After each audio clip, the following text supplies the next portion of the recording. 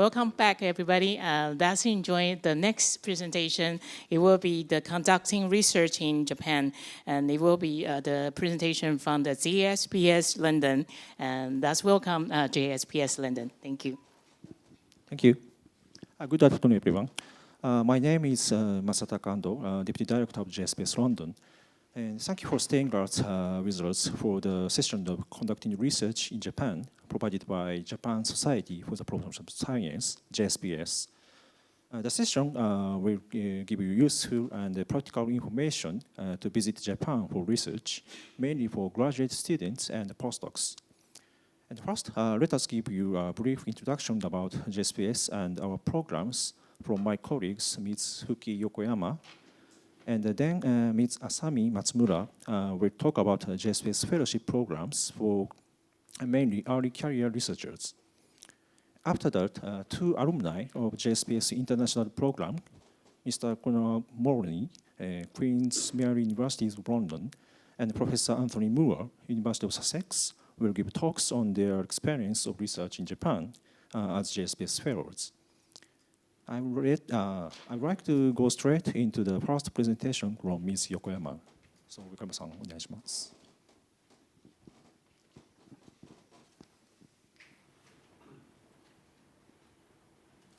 Hi, my name is Fuki Yokoyama, an International Program Associate at JSPS London. Today I'm going to give you a brief overview of JSPS and our activities. And thank you for coming by our session. Japan Society for the Promotion of Science was established through an endowment by Emperor Showa, grandfather of the current emperor, in 1932 to support all research fields. Since then, JSPS has been recognized as the biggest and the most reliable funding agency with the longest history in Japan. This is a current structure of governmental organizations which relate to support science in Japan. We are here as a research funding agency under MEXT, Ministry of Education, Culture, Sports, Science, and Technology. There are other funding agencies in Japan, such as JST and NEDO, but there is a distinct difference between JSPS and other organizations. Other organizations support a top-down and mission-oriented research, while we, JSPS, support a bottom-up research, which is driven by researchers' curiosities. We don't have any priority area, and we are open to all research fields, including humanities, social sciences, and natural sciences. Another difference is we are the only one which supports international research exchanges, like fellowship programs for overseas researchers.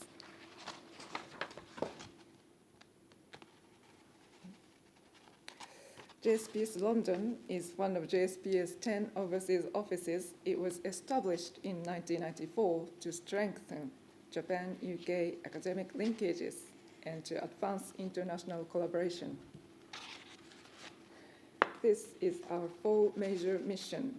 Today, I'd like to focus on the fourth mission to advance international collaborations, which JSPS London office is acting for. Firstly, I'd like to show you an overview of our international program. They are divided into three levels. As the most basic programs for individuals, we provide fellowship programs for overseas researchers to visit Japan.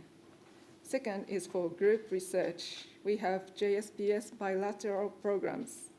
Finally, to support international collaborations, we provide multilateral programs.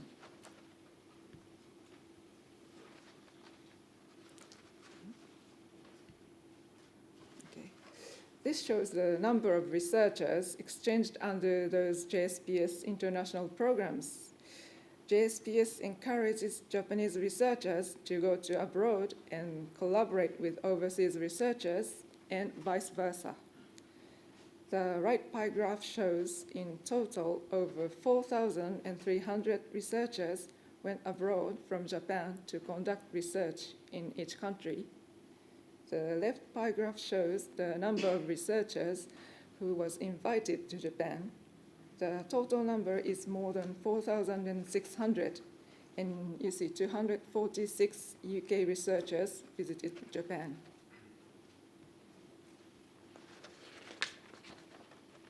JSPS also supports the activities of Japanese JSPS alumni associations.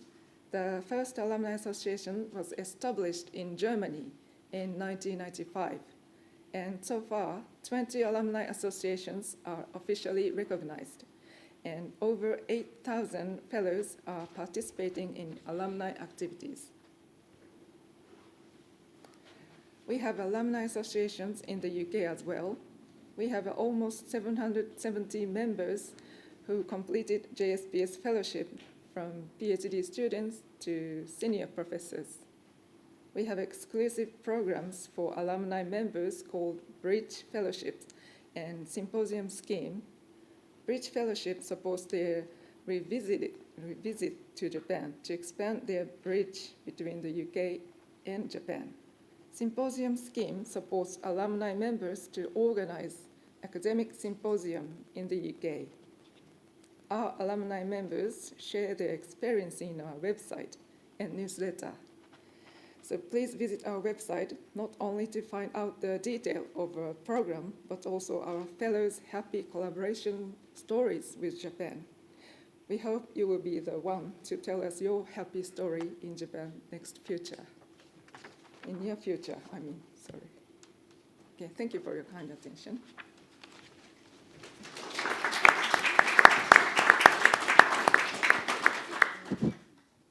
Thank you, Koima-san. And next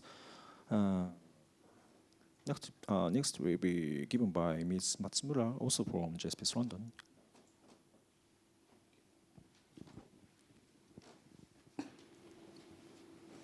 Hello everyone, my name is Asami Matsumura, International Program Associate at JSPS London. In this session, I would like to talk about international fellowship programs. This is an overview of JSPS fellowship programs for overseas researchers to visit Japan. We have 3 types of fellowship programs. Each program is different depending on the career stages and the purposes of applicants. Today, I would like to focus on the programs for young researchers. First, summer program is mainly for PhD students. It provides opportunities for young researchers to take some lectures on Japanese culture and language, and to carry out their research under their host researchers in Japan. Summer program is only open for nationals of the UK, the US, France, Germany, Canada, and Sweden, because we would like to encourage young researchers from such science-leading countries to visit Japan. Each of these countries have a nominating authority applicants should apply to. It's a 2-month program including a 1-week orientation and a 2-month joint research with your host researcher. The orientation has lectures on Japanese culture and language. There are also poster session and a homestay with a Japanese family. JSPS is supposed to cover most of the living costs in Japan. Maintenance allowance is 534,000 yen, which is about 3,560 pounds, and should be enough to stay there for 2 months. I explained how to apply for summer program. UK nationals should apply by email to the British Council Tokyo. The British Council Tokyo will screen the applications, then make nominations to JSPS Tokyo for their final decision. Please note PhD students at the UK university who are UK nationals are eligible for this program. The most important thing is to find a good host researcher in Japan. The applicants who would like to join this program should find the host on your own. The next is postdoctoral fellowship. The purpose of this program is to help to early career researchers to build their career for the next step, collaborating with Japan. There are two postdoctoral fellowship schemes, short-term and standard. They are different in duration and eligibility. First, let's look at the short-term. The applicants should either be PhD student within less 2 years to finish, or have received a PhD degree within the last 6 years and be eligible nationality. JSPS London accepts the applications from nationals of the UK and the US, Canada, EU countries, Switzerland, and Norway. JSPS Tokyo accepts the applications from the other nationals if they have done 3 or more years research at the master's degree or higher in any of these countries. This program provides opportunities to conduct cooperative research with Japanese researchers at Japanese institutions. The duration is from 1 to 12 months. Of course, JSPS will cover most of the expenses. However, please note that the amount of maintenance allowance is different depending on whether you are a PhD holder or not. Also, setting in allowance is only applicable for fellows with 3 or more months of tenure. The applicant has 2 options to apply for the short-term program. The first one is through JSPS London. JSPS London has a nomination quota for 20 per year and manages a call for the fellowship independently from JSPS Tokyo. That's why the eligibility and the application procedure are a bit different from JSPS Tokyo. JSPS London has called for applications twice a year. The deadline is normally early June and December. The second option is the host researcher makes an application to JSPS Tokyo on behalf of you. The next application deadline is 17th January. Please note that there is an application period for the host institutions to send applications to JSPS Tokyo. The internal deadline of the host institution will be set earlier. Next, I would like to move on to the postdoctoral standard fellowship. Those who have received a PhD degree within the last 6 years are eligible for the program. The fellowship provides opportunities to conduct cooperative research. Duration of the fellowship is from 1 to 2 years. A research grant of up to 1.5 million yen, which is about 10,000 pounds per year, will be provided for fellows. The applicant has 2 options: apply for the standard program. The first one is through nominating authorities. The nominating authorities accept application from the UK or EU citizens. Application of natural and physical sciences should be made to Royal Society. Those of humanities and the social sciences should be made to the British Academy. The nominating authorities have a nominating quota of 9 in total and manage their call for the fellowship independently from JSPS Tokyo. For further information, please visit nominating authorities' website.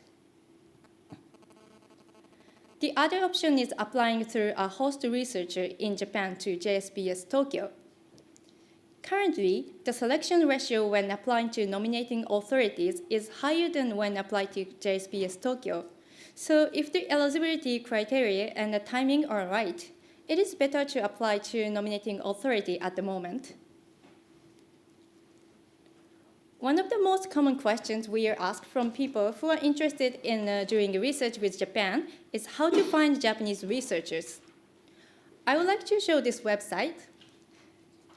Kakenhi database is very useful tool to find Japanese researchers. Kakenhi is the biggest research grant in Japan, and you can see all research projects of Kakenhi here.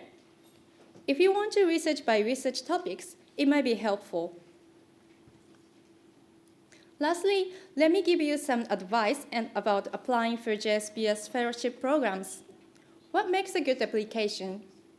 First of all, please give enough time to prepare all parts of the applications, particularly the research plan, and to obtain an invitation letter and references. Please consult in detail with host researchers about the research plan before you apply. Please make sure the research plan is beneficial for both the applicants and the host researcher. It's also important to make a research plan that can be completed within the designated period. For more information, search online for the JSPS London website. If you have any questions, please feel free to get in touch with us anytime. We are looking forward to receiving your application. Thank you so much for your attention.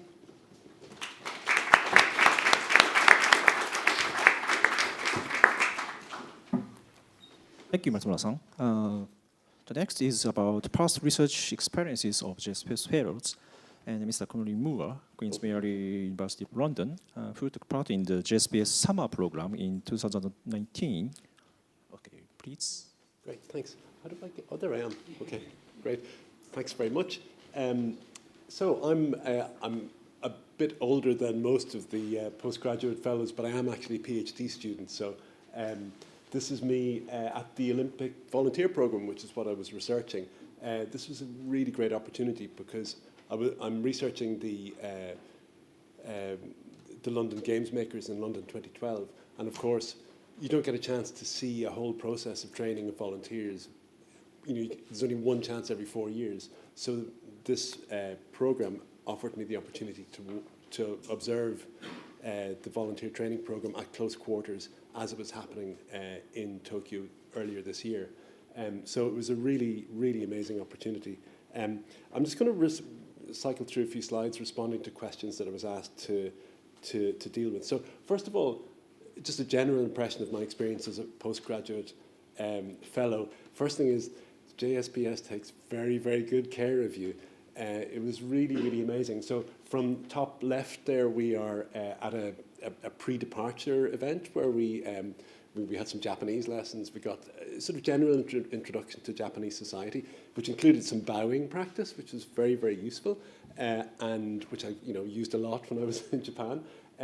When we arrived bottom left in Japan, we spent a week recovering from jet lag because it can be quite severe, but 120 scholars from all over the world, we stayed in this amazing research institute just south of Japan and kind of got to know each other as a group and learn about each other's research, and it was really amazing. I mean, I'm from the social sciences. Most of the fellows were from the natural sciences and doing really, really fascinating work. So there was a great exchange going on here in the middle top with some of my colleagues in our Japanese class. So we had Japanese classes. And we just got to do lots of things together. We also had a homestay with a Japanese family for 2 days. And then at the end of our 2 months, we all came together for basically a big party. And it was a conference, first of all, where we learned a little bit about each other's research. But then just had a really great last night in Tokyo together. So it was a wonderful experience, and I really thank the JSPS, the whole team. You've obviously you've perfected this program over many years, and it works superbly well, so arigatou gozaimasu. So let me tell you a little bit about my specific experience in my research. So I was based in Risho University in the sociology department, which is in central Tokyo. And so top left is it was a reception for a lecture.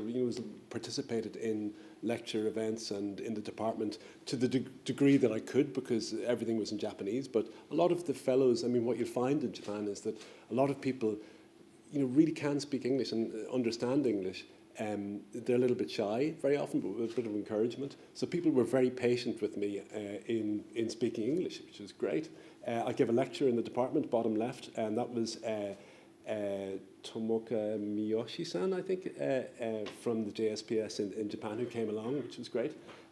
My research in particular was focusing on the Tokyo Volunteers, and I was able to attend some of the training events, which was really central to my research. And my supervisor, Fumiko Kohama, so Kohama-san there, you can't see her very well. She's in the center of in the bottom slide. I can't tell you how it was just invaluable, her support and advice, particularly in social science research. A lot happens through, you basically got to go out and talk to people, and to to even get to that point, you need, you basically need to network in Japanese society, and that involves quite formal introductions in Japanese. Even when people speak English, you really have to come correct. And she was extremely helpful and put a lot of time into helping me just get in the door, which was wonderful. Also, Ueno-san, the director of JSPS London, was very absolutely crucial in introducing me to the Japanese Sports Council, who then, through them, I was able to get to somebody to Charles Nishikawa, who is a former games maker in London, who was advising the Tokyo organising committee. So basically, through this network, I was able to, and this is crucial in social science, get to be able to get in the door to attend this event, because obviously the Olympics are very. The Olympic movement is very cautious about letting anybody in, so they have to be. So I was able to gain access to this and build trust with people and get my research off to a really good start. So let me move on. So plans for follow-up work. So that's Nishikawa-san on the left, and that's one of his books that he wrote about the Olympic program. So one of the things I found really interesting was how the Olympic volunteer program contrasts to other volunteer programs in Japan. So, for example, the Japan Marathon, where a volunteer is an entertainer. They call it the voluntainer, which is very interesting. And then also on the right-hand side, Japanese Rail organises sort of volunteerism projects where tourists are encouraged to travel the country, but also to give something back to the local community. So I'd really love the opportunity to explore this further, to really examine how volunteerism works in Japanese society, which is quite distinct to in the West. I'll be coming back to the JSPS with a proposal in due course, hopefully. So some enjoyable and most difficult aspects of living in Japan. Well, firstly, logistically, it was so easy to live there. It's a really organised society. People are very, very helpful and courteous. Culturally, it was absolutely wonderful. My background is in architecture, so wonderful architecture. This is a Kengokuma building in the centre. Actually, you can see the roof and the floor, but the garden outside, it's an art gallery in central Tokyo. Then the traditional arts I found amazing. So my background, partly in the interest in the performing arts, so going to kabuki, no, and sumo, obviously, it was just amazing to see these in the local context. Really, really super. Challenging. One thing is that the summer program happens in summer, which is, everybody says it's the hardest time to visit because of the weather. Very hot, very rainy at times. So you can get a sense of the rain pouring off this roof. It was a great experience, but it does mean you got to bring, come prepared, bring your gear with you. On the left-hand side, Japanese language. So beautiful language, but you've got to work at it. If you can start familiarising yourself at least with the alphabet, so you can begin to read things and begin to orient yourself, that every moment you spend doing that is really, really, just unlocks doors and makes it much easier to function. Also basic politeness forms. So politeness is very, very important. So I really, so I'm from Ireland, where we can be quite brash with each other, and I really appreciate in Japan people they go very easy with each other, and there's a lot of politeness that you actually need to respect and work with. And even the sumo wrestlers queue, so you've got to, people think English people are good at queuing. I think Japanese people are extremely good at queuing, and also at moving in with respect for each other. Here we're used to charging around on the tube and bashing each other. That's just not done. And so that was a learning experience for me, and I had to sort of just be a bit more patient, which isn't a bad thing. So just to finish up, so making contact and networking. So again, networking through people, building trust through face-to-face and being polite and, approaching people correctly and not just winging it is very, very, very important. And with the support of people around me, I was able to navigate that reasonably well. Finally, some tips. If you want to go to Japan, Duolingo is great to sensitize yourself to the alphabet and begin to learn basic phrases. I'm still using it. It's extremely good. Slip-on shoes, very, very useful for going in and out of buildings. because you've got to take your shoes off and make sure you're wearing good socks, okay? And gift giving, so bring small gifts. People really, really appreciate it, and people are always giving gifts in Japan, and it's just small things really, really count, and help to build those relationships and build trust that can open doors in both directions. I think that's about it. Oh, let's see. Yeah, that's it. Happy to talk. I'll be around for the rest of the afternoon. If you want to come and grab me, I'm happy to chat. Okay.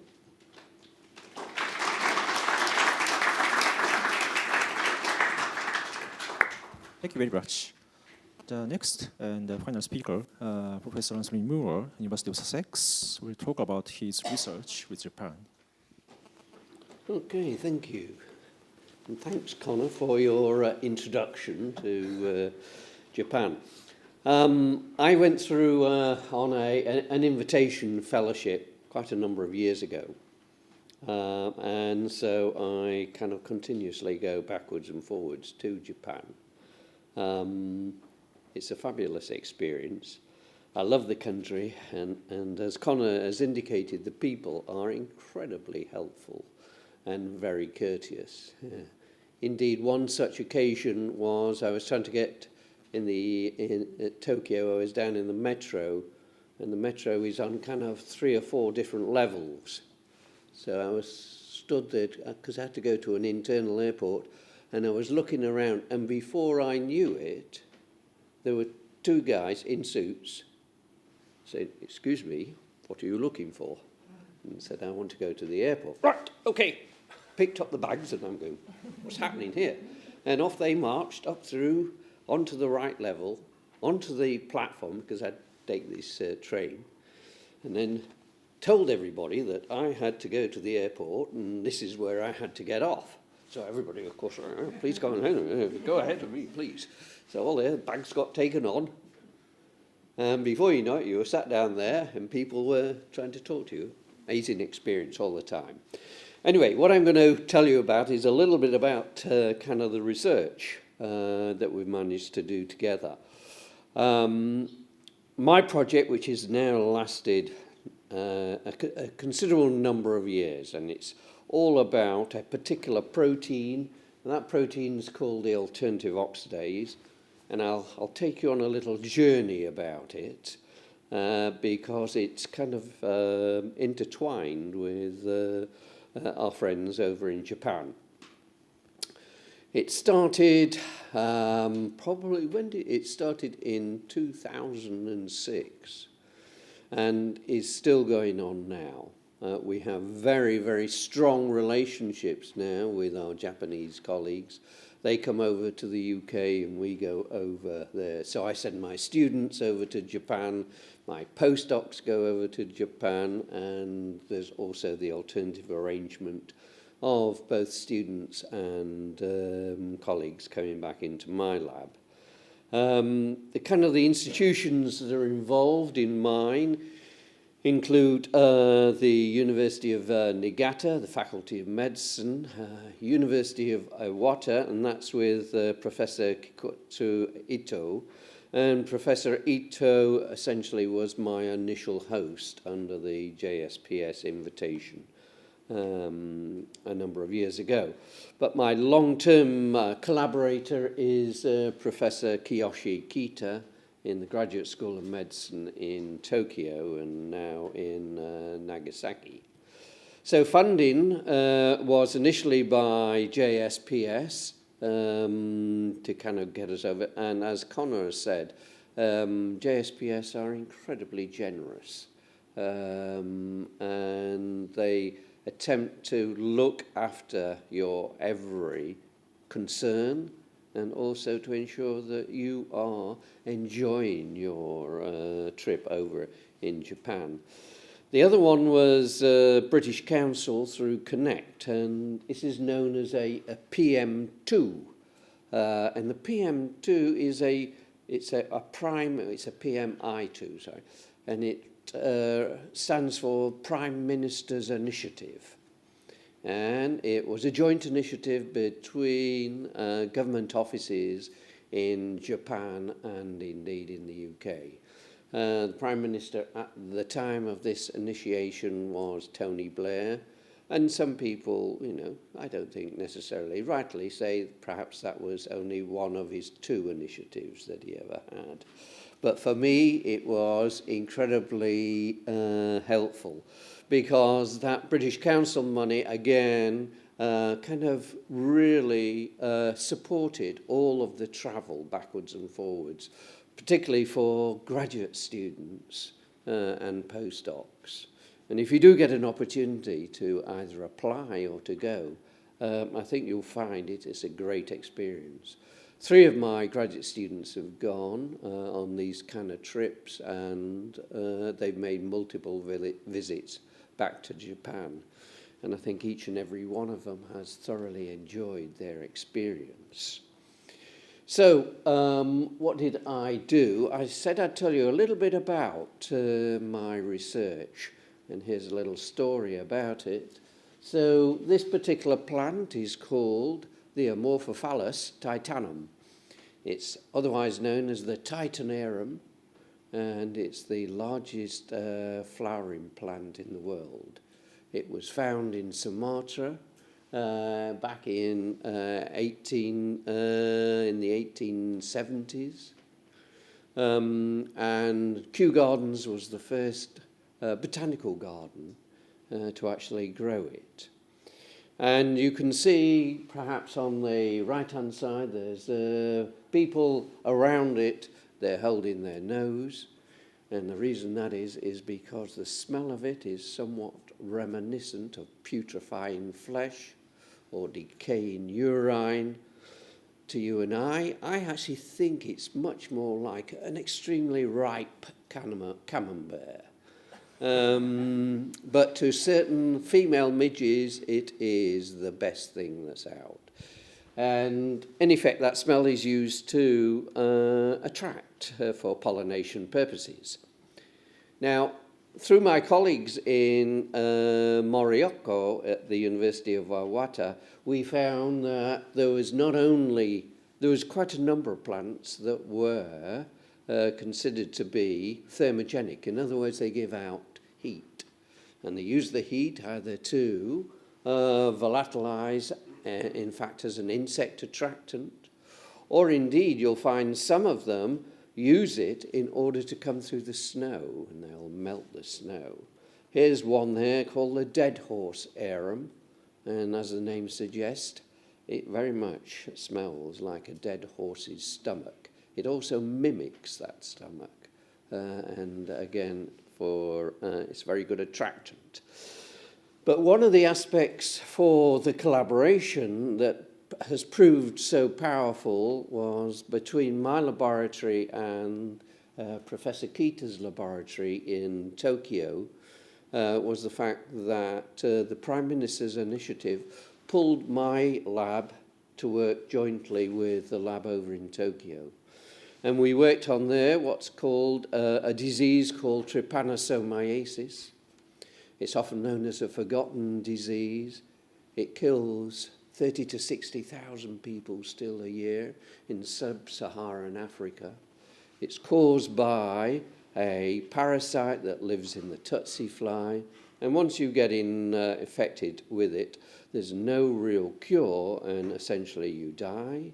It's also a double whammy because it affects the cattle.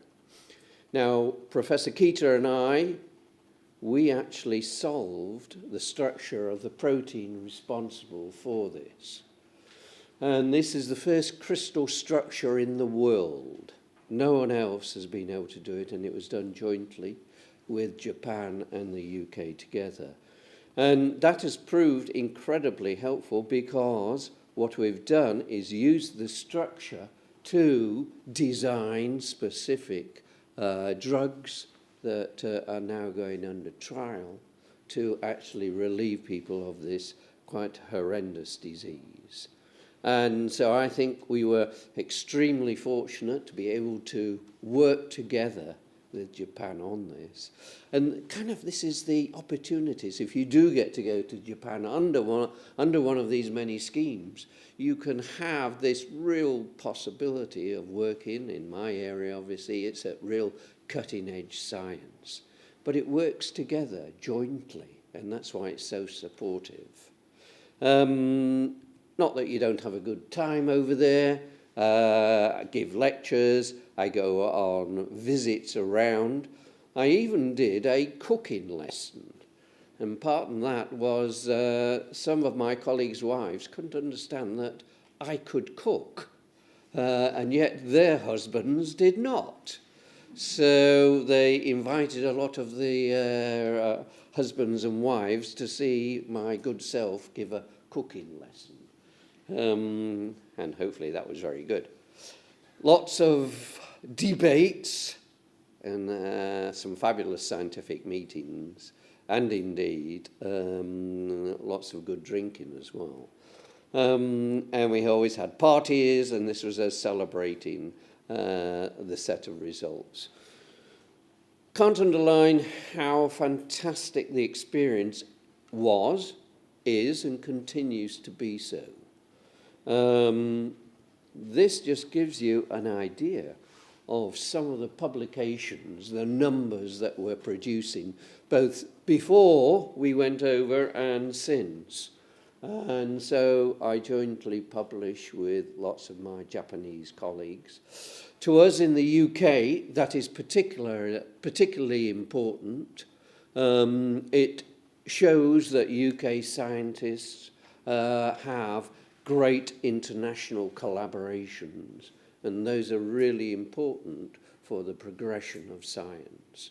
And indeed, the UK recognises now how fantastic it is to have international colleagues. This has just hopefully been a flavour of about nearly 14 years worth of going backwards and forwards to Japan. I'll continue to do it as long as my colleagues at JSPS want me to do so. It's a delight always. Sometimes, though, I do come back with perhaps bigger hangovers than maybe I should do. But nevertheless, and you get the opportunity to taste some fantastic food. And it just really is. In Tokyo, Professor Kita used to go out of his way to find these really little restaurants. And they'd been known for one type of fish. And so we'd go out there, and the whole lab would go out there, and we have this big celebration. And, you know, you kind of go, at first you go, oh my God, I'm not going to eat any of that. But the next thing you know, I think we should go back there again. So thank you for your attention, and any questions I'll be happy to tell you about. And please take the opportunity that JSPS offers. Thank you.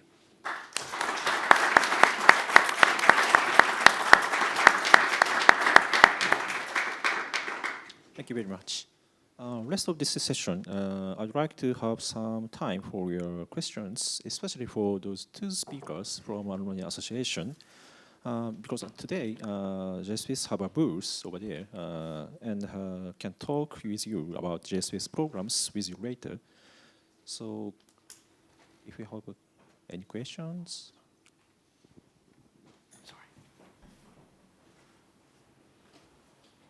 Hello, I'm currently planning to apply because it didn't open yet for the Real Society JSPS program. And I would like to know if, because you said that there are many different ways of applying, so one is that one, you also have the one from JSPS Tokyo, JSPS, I think it was London, or there are like different places.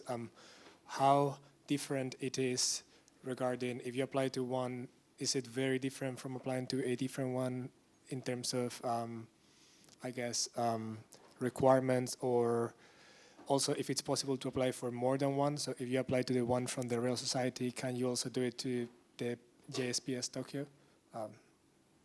That's it.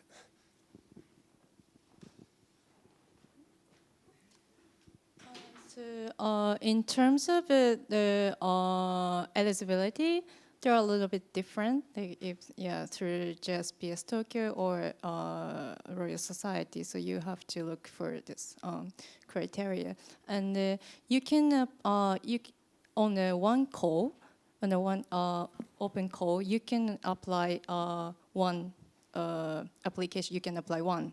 So, but there are several calls, different time. So you can apply one call. Then, if you are not accepted, you can apply another call. So, yeah, you can apply as many as you want. Yeah, you can. And is that correct? Is it other question? Also, can you apply at different programs in similar time code? Because I guess that if you're applying to the one in Tokyo and the one from the Royal Society, perhaps it's not the same time. Yeah. So if they're at the same time call, you only apply one. Yeah, but it's a different timing. You can apply both. Okay. Any other questions?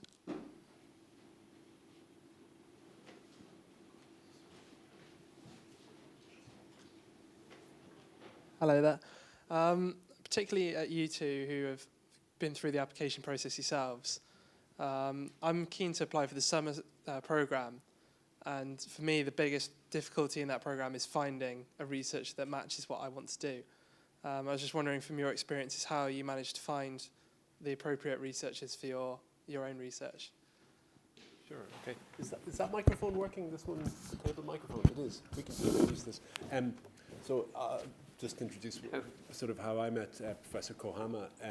Actually, it was luck, because I talked to my supervisor, my own supervisor in Queen Mary, about, well, I was looking at the Olympics anyway, and then I was thinking, how could I go to Japan and see the volunteer program as it was starting? And then, I mentioned this opportunity, and then he just happened to know, he had met Professor Kohama, who was on a sabbatical at Cambridge at the time, and so I was able to meet her, and so we'd actually met in London a few times before, before I submitted the proposal, and then, so we already knew each other, which was actually which was great. Most of the summer program fellows haven't met their supervisors, so it shouldn't be an obstacle in principle. And I would have thought maybe the Kaken website would be useful.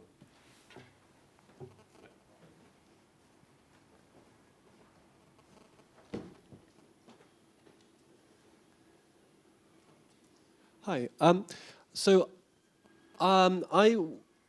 As part of my university program, undergraduate, I went on a year research internship to Japan, and it was very tough to find any kind of funding to support me on this. And I'm considering, what is the scope that JSPS could perhaps move into this area as well? Bath University offer like a thick sandwich year for undergraduate students, and I know that more people are thinking about doing placements in Japan, so I'm wondering about that.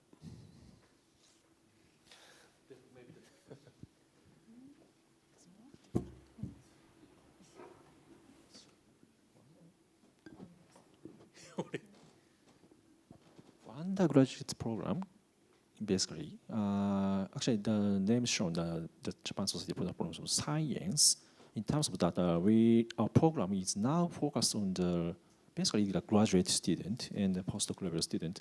So, for example, your purpose, maybe the Japan Association for Students, today actually they have a booth over there. And so in Japan, the organization has each purpose. So it's not basically the JSPS scope now. So maybe you have to find such. Disagree with that, but Mm-hmm. I think that undergraduate research is an incredibly important part of science, and that I helped my placement laboratory in Cambridge University, and I think starting the exchange early on is incredibly Yes, I know. I know what we know that program, and also we have some requests from such kind of the student who experience this matter actually. So, but sorry, maybe it's better not to discuss here. So, But I mean, I'd support you. Actually, undergraduate placements in a variety of different, both in academia and indeed in industry, are really important. And I can offer a single example of a placement. It's in a multinational company that has holdings in Japan, and the student was an undergraduate doing her third year. She made such an important connection within the company that she ended up with a worldwide patent. Much to, well, actually the pleasure of the company themselves, once they realised what a major impact that she'd had. And so, yes, I would support that kind of proposal. I think it should be, we should look into those kind of possibilities.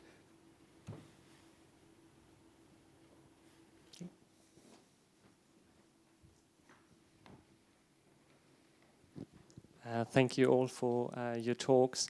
I'm thinking about doing postdoctoral research in Japan, but there's still some time to finish my PhD. What would you advise me to do? Rather invest into a summer program, or invest into my Japanese, or invest into networking? What would be the right path to prepare that?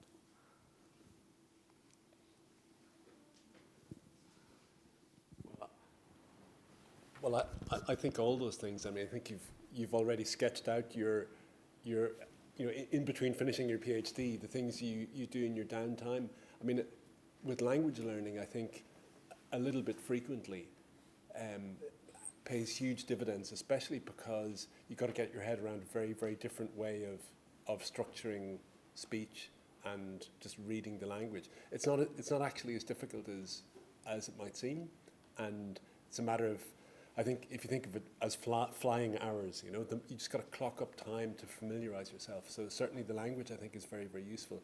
The networking, I mean, I think just keeping your ears open for anybody you know who's been in Japan and is in your field, and you know, finding the right introduction, because I think the method and the tone of the introduction is very, very important, and like you can tell from all the Japanese people here today, people are extremely polite, and they come extremely, you know, just in a very pleasant and rather restrained way, and it's about feeling a way into that. And what was the third point? The third point was networking, language, and maybe starting a program at GSPS, or doing something during my PhD. Yeah, I mean, in principle, a summer program might be a good way. Have you ever been to Japan before? No, I haven't. I'm learning the language now, and I'm planning to do fieldwork there. Yeah. Super. But I've never been.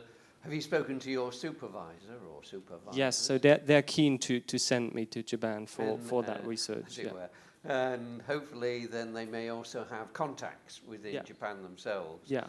And I think, as Connor's indicated, you know, it kind of is important to do it sort of correctly, you know, and certainly to make endeavours from your supervisor, if they could perchance, you know, make some openings for you. But I'm sure also colleagues in JSPS here, you know, would be happy to assist you in those aspects.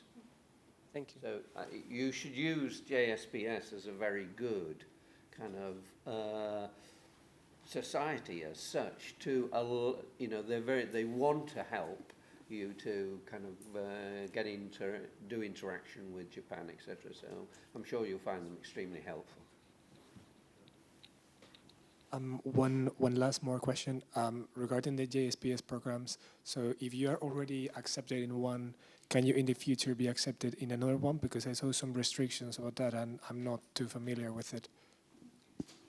Yes. if you are awarded the summer program, yeah, you can apply short program in the next step. Like actually, there are many researchers starting from the summer program, and yeah, if you like it, then you can apply the next step. So yeah, so you can apply like short term, long term, yeah, you can do it, yeah.